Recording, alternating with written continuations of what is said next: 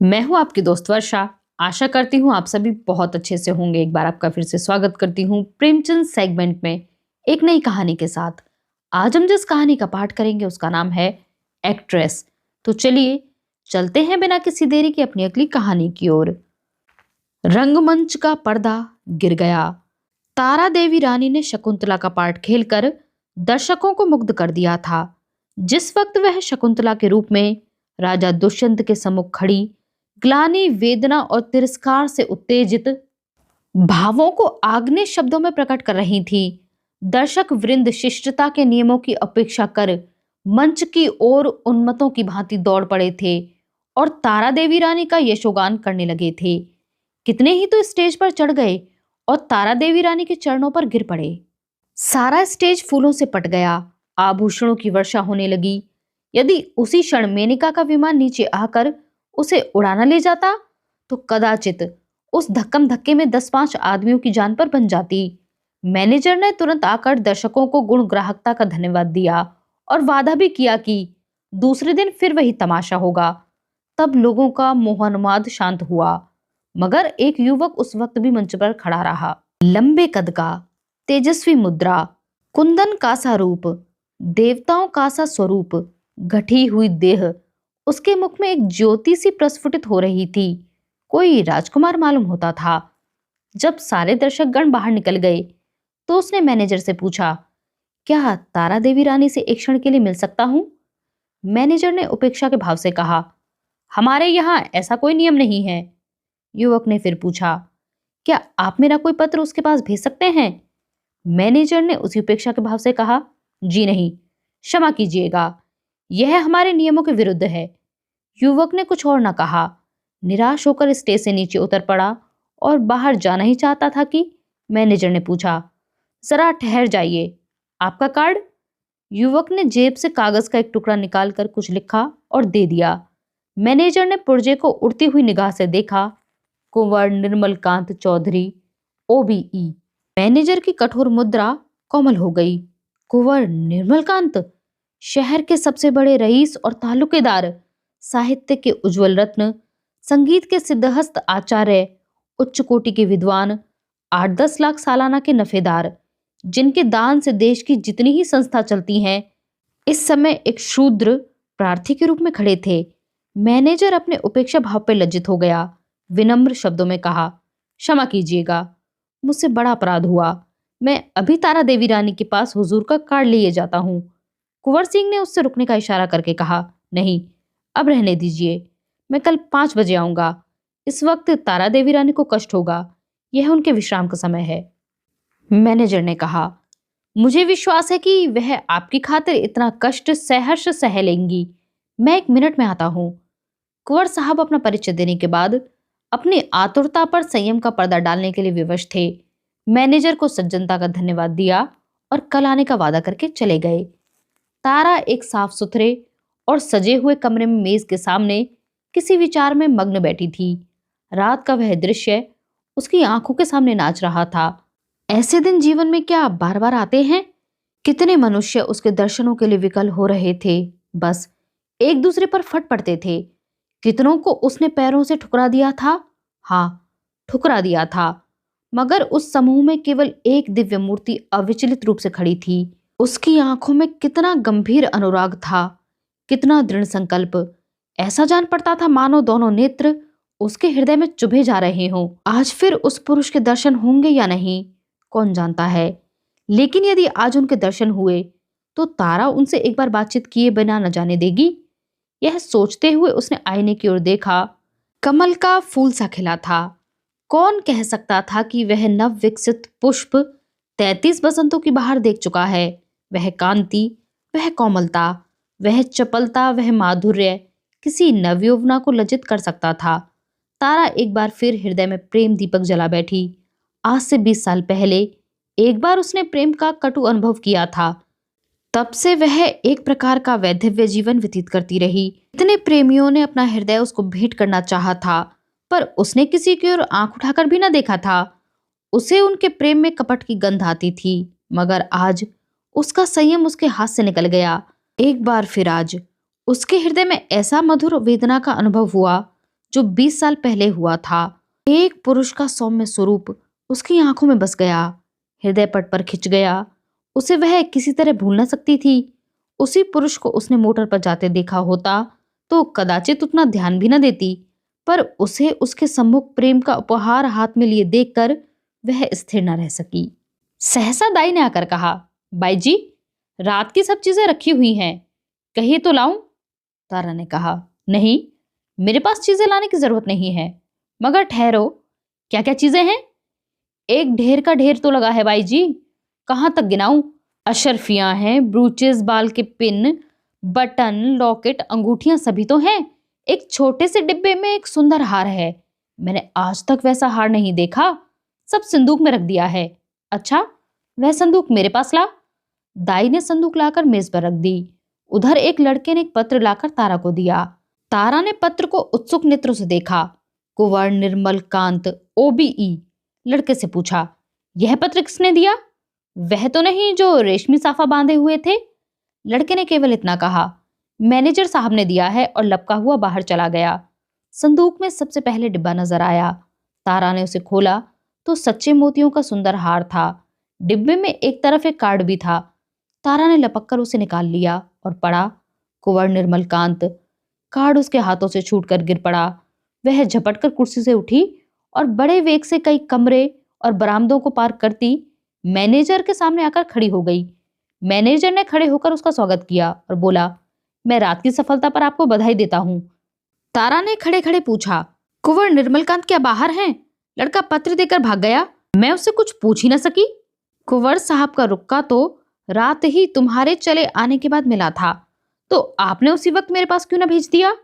Manager ने दबी जबान से कहा, मैंने समझा तुम आराम कर रही होगी, कष्ट देना उचित ना समझा। और भाई, साफ बात यह है कि मैं डर रहा था कहीं कुंवर साहब को तुमसे मिलाकर तुम्हें खो न बैठूं। अगर मैं औरत होता तो उसी वक्त उनके पीछे हो लेता। ऐसा देवरूप पुरुष मैंने आज तक नहीं देखा। वही जो रेशमी साफा बांधे खड़े थे तुम्हारे सामने, तुमने भी तो देखा था। तारा ने मानो अर्ध निद्रा की दशा में कहा, हाँ, देखा तो था। क्या वह फिर आएंगे?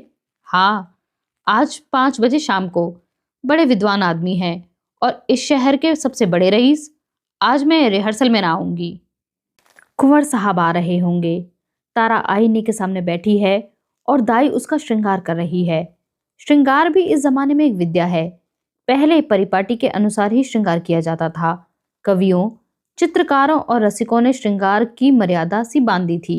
आंखों के लिए काजल लाजमी था, हाथों के लिए मेहंदी, पांव के लिए महावर, एक एक अंग, एक एक आभूषण के लिए निर्दिष्ट था।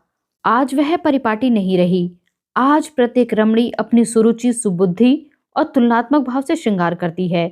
उसका सौंदर्य किस उपाय से आकर्षकता की सीमा पर पहुंच सकता है, यही उसका आदर्श होता है।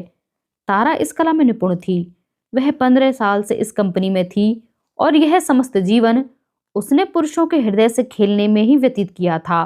किस चितवन से, किस मुस्कान से, किस अंगड़ाई से, किस तरह केशों के बिखेर देने से दिलों का कत्लेआम हो जाता है। इस कला में कौन उससे बढ़कर हो सकता था? आज उसने चुन चुन कर आजमाए हुए तीर तरकश से निकाले, और जब अपने अस्त्रों से सजकर वह दीवान खाने में आई तो जान पड़ा मानो संसार का सारा माधुर्य उसकी बलाएं ले रहा है। वह मेज के पास खड़ी होकर कुंवर साहब का कार्ड देख रही थी। उसके कान मोटर की आवाज की ओर लगे हुए थे। वह चाहती थी कि कुंवर साहब इसी वक्त आ जाएं और उसे इसी अंदाज से खड़े देखें। इसी अंदाज से वह उसके अंग प्रत्यंगों की पूर्ण छवि देख सकते थे। उसने अपनी श्रृंगार कला से काल पर विजय पा ली थी। कौन कह सकता था कि यह चंचल नवयौवना उस अवस्था को पहुंच चुकी है जब हृदय को शांति की इच्छा होती है। वह किसी आश्रय के लिए आतुर हो उठता है और उसका अभिमान नम्रता के आगे सिर झुका देता है। तारा देवी रानी को बहुत इंतजार न करना पड़ा। कुंवर साहब शायद मिलने के लिए उससे भी ज्यादा उत्सुक थे। 10 ही मिनट के बाद उनकी मोटर की आवाज आई। तारा संभल गई। एक क्षण में कुंवर साहब ने कमरे में प्रवेश किया। तारा शिष्टाचार के लिए हाथ मिलाना भी भूल गई। प्रौढ़ावस्था में भी प्रेमी की उद्विग्नता और असावधानी कुछ कम नहीं होती। वह किसी सलज्ज युवती की भांति सिर झुकाए खड़ी रही। कुंवर साहब की निगाह आते ही उसकी गर्दन पर पड़ी। वह मोतियों का हार जो उन्होंने रात को भेंट किया था चमक रहा था। कुंवर साहब को इतना आनंद और कभी न हुआ।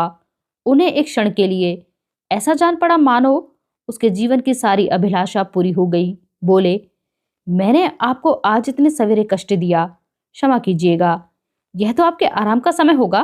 तारा ने सिर से खिसकती हुई साड़ी को संभाल कर कहा, इससे ज्यादा आराम और क्या हो सकता था कि आपके दर्शन हुए। मैं इस उपहार के लिए आपको धन्यवाद देती हूँ। अब तो कभी कभी मुलाकात होती रहेगी। निर्मल कांत ने मुस्कुराकर कहा, कभी कभी नहीं, रोज। आप चाहें मुझसे मिलना पसंद ना करें, पर एक बार इस ड्योढ़ी पर सिर को झुका ही जाऊंगा। तारा ने भी मुस्कुराकर उत्तर दिया, उसी वक्त तक जब तक कि मनोरंजन की कोई नई वस्तु नजर ना आ जाए। क्यों? मेरे लिए यह मनोरंजन का विषय नहीं, जिंदगी और मौत का सवाल है। हाँ, तुम इसे विनोद समझ सकती हो, मगर कोई परवाह नहीं। तुम्हारे मनोरंजन के लिए मेरे प्राण भी निकल जाएं तो मैं अपना समस्त जीवन सफल समझूंगा। दोनों तरफ से इस प्रीति को निभाने के वादे हुए।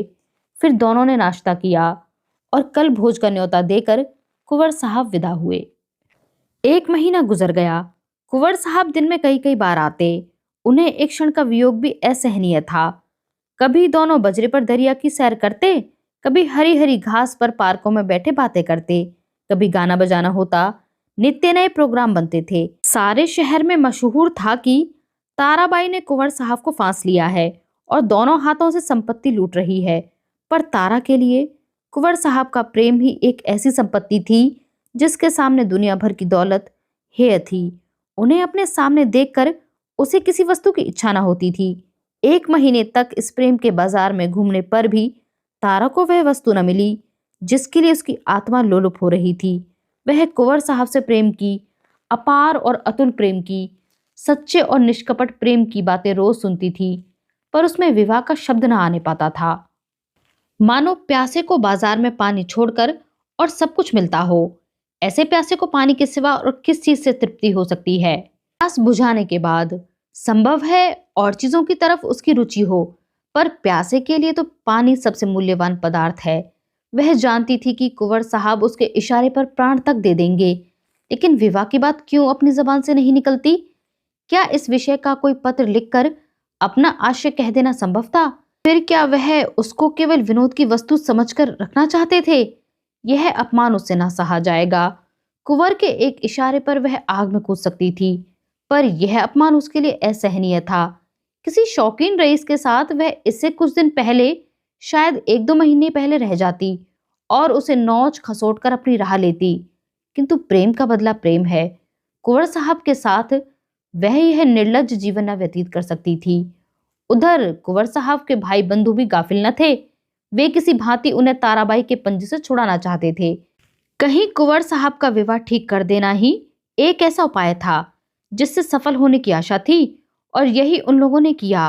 उन्हें यह तो भय न था कि कुंवर साहब इस एक्ट्रेस से विवाह करेंगे। हाँ, यह भय अवश्य था कि कहीं रियासत का कोई हिस्सा उसके नाम न कर दें या उसके आने वाले बच्चों को रियासत का मालिक बना दें। कुंवर साहब पर चारों ओर से दबाव पड़ने लगे। यहाँ तक कि यूरोपियन अधिकारियों ने भी उन्हें विवाह कर लेने की सलाह दी। उस दिन संध्या समय कुंवर साहब ने ताराबाई के पास जाकर कहा, तारा, देखो, तुमसे एक बात कहना चाहता हूँ, इनकार न करना।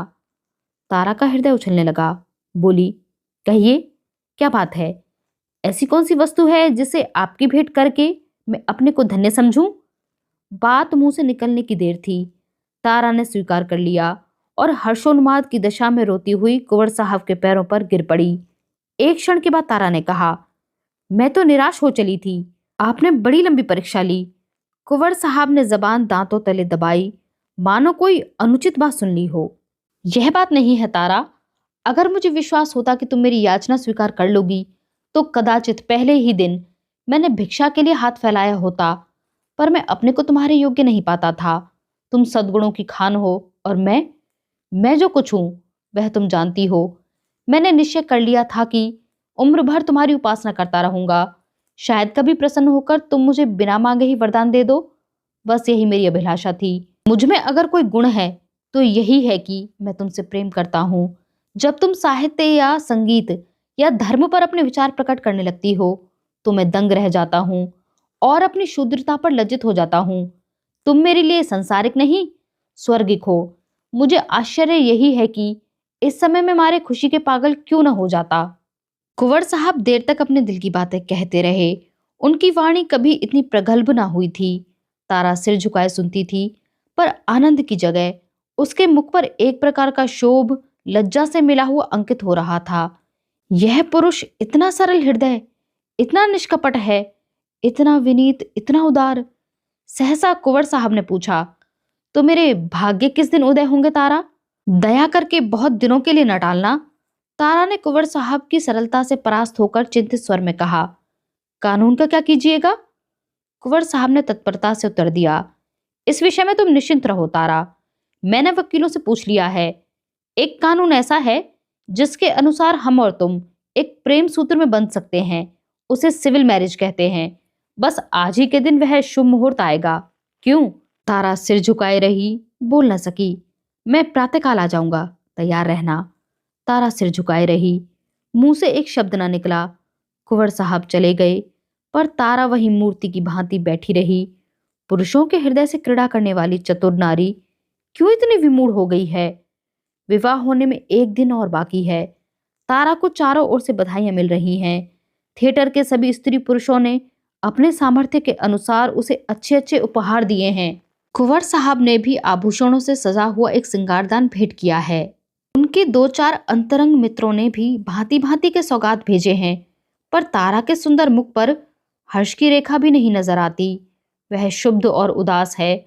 उसके मन में 4 दिनों से निरंतर यही प्रश्न उठ रहा है, क्या कुंवर के साथ विश्वासघात करे?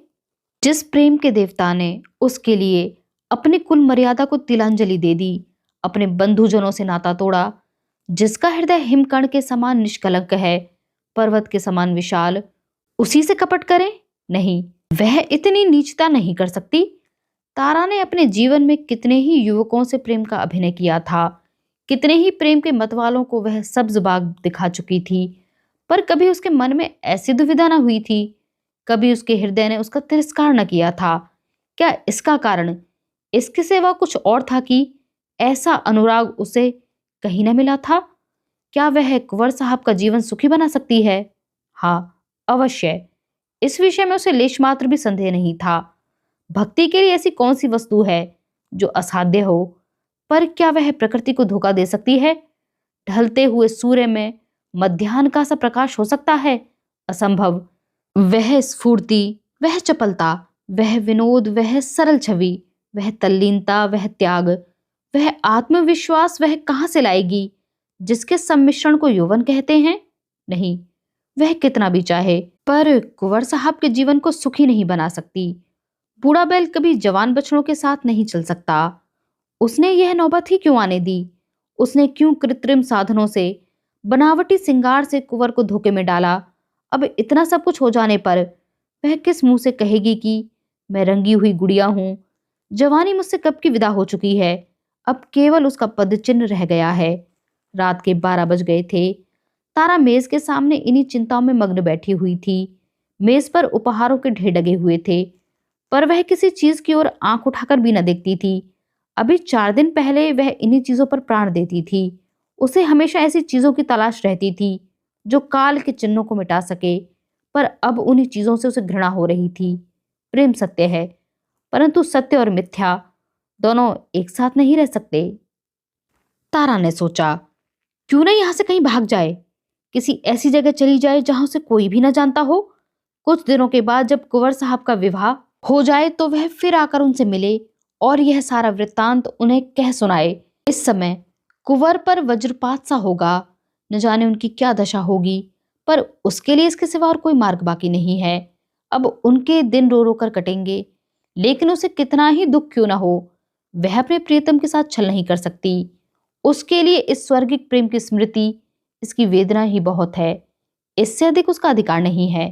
दाई ने आकर कहा, बाई जी, चलिए कुछ थोड़ा सा भोजन कर लीजिए, अब तो 12 बज गए हैं। तारा ने कहा, नहीं, जरा भी भूख नहीं है, तुम जाकर खा लो। दाई, देखिए, मुझे भूल ना जाइएगा, मैं भी आपके साथ चलूंगी। तारा, अच्छे अच्छे कपड़े बनवा रखे हैं ना? दाई, अरे बाई जी, मुझे अच्छे कपड़े लेकर क्या करना है? आप अपना कोई उतरा दे दीजिएगा।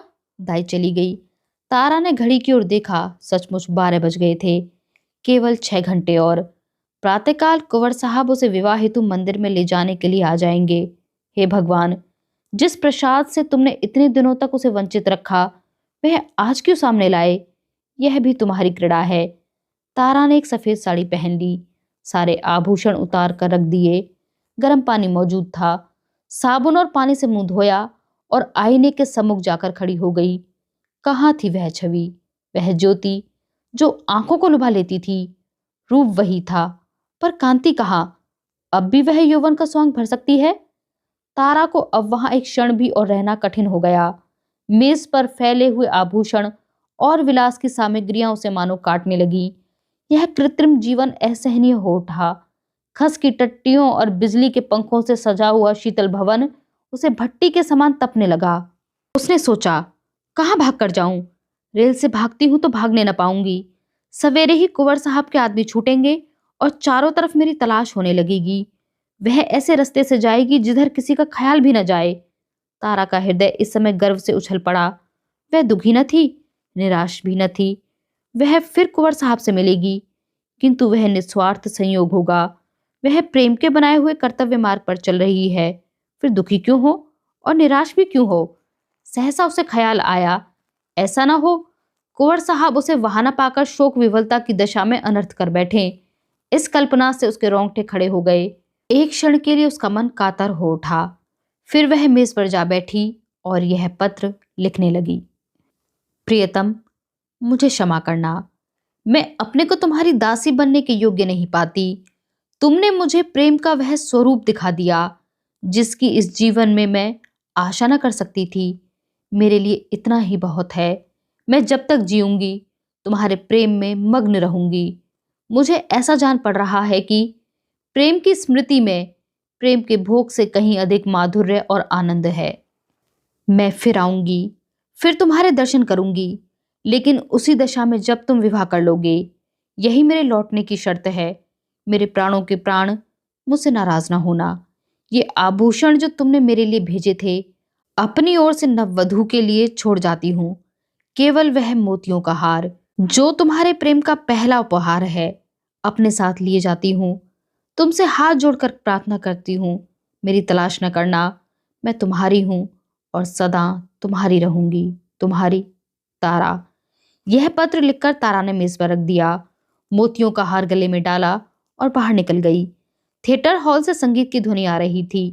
एक क्षण के लिए उसके पांव बंध गए। 15 वर्षों का पुराना संबंध आज टूट रहा था। सहसा उसने मैनेजर को आते देखा। उसका कलेजा धक से हो गया। वह बड़ी तेजी से लपक कर दीवार की आड़ में खड़ी हो गई। जो ही मैनेजर निकल गया, वह अहाते से बाहर आई और कुछ दूर गलियों में चलने के बाद उसने गंगा का रास्ता पकड़ा। गंगा तट पर सन्नाटा छाया हुआ था। 10-5 साधु बैरागी धुनियों के सामने लेटे थे। 10-5 यात्री कंबल जमीन पर बिछाए सो रहे थे। गंगा किसी विशाल सर्प की भांति रेंगती चली जाती थी। एक छोटी सी नौका किनारे पर लगी हुई थी। मल्लाह नौका में बैठा हुआ था। तारा ने मल्लाह को पुकारा, ओ मांझी, उस पार नाव ले चलेगा? मांझी ने जवाब दिया, इतनी रात गए नाव न जाए। मगर दूनी मजदूरी की बात सुनकर उसने डांड उठाया और नाव को खोलता हुआ बोला, सरकार, उस पार कहाँ जाए हैं? उस पार एक गांव में जाना है। खुदा, इतनी रात कोनो सवारी शिकारी न मिली? कोई हर्ज नहीं, तुम मुझे उस पार पहुंचा दो। मांझी ने नाव खोल दी। तारा उस पर जा बैठी और नौका मंद गति से चलने लगी, मानो जीवन स्वप्न साम्राज्य में विचर रहा हो। इसी समय एकादशी का चांद पृथ्वी से उस पार अपनी उज्जवल नौका खेता हुआ निकला और व्योम सागर को पार करने लगा। आज की यह कहानी यहीं पर समाप्त होती है। आप हमें कमेंट बॉक्स में लिखकर यह जरूर बताएं कि आपको इस कहानी से क्या शिक्षा मिली। हमारे साथ इस सफर में बने रहने के लिए आप सभी का बहुत शुक्रिया।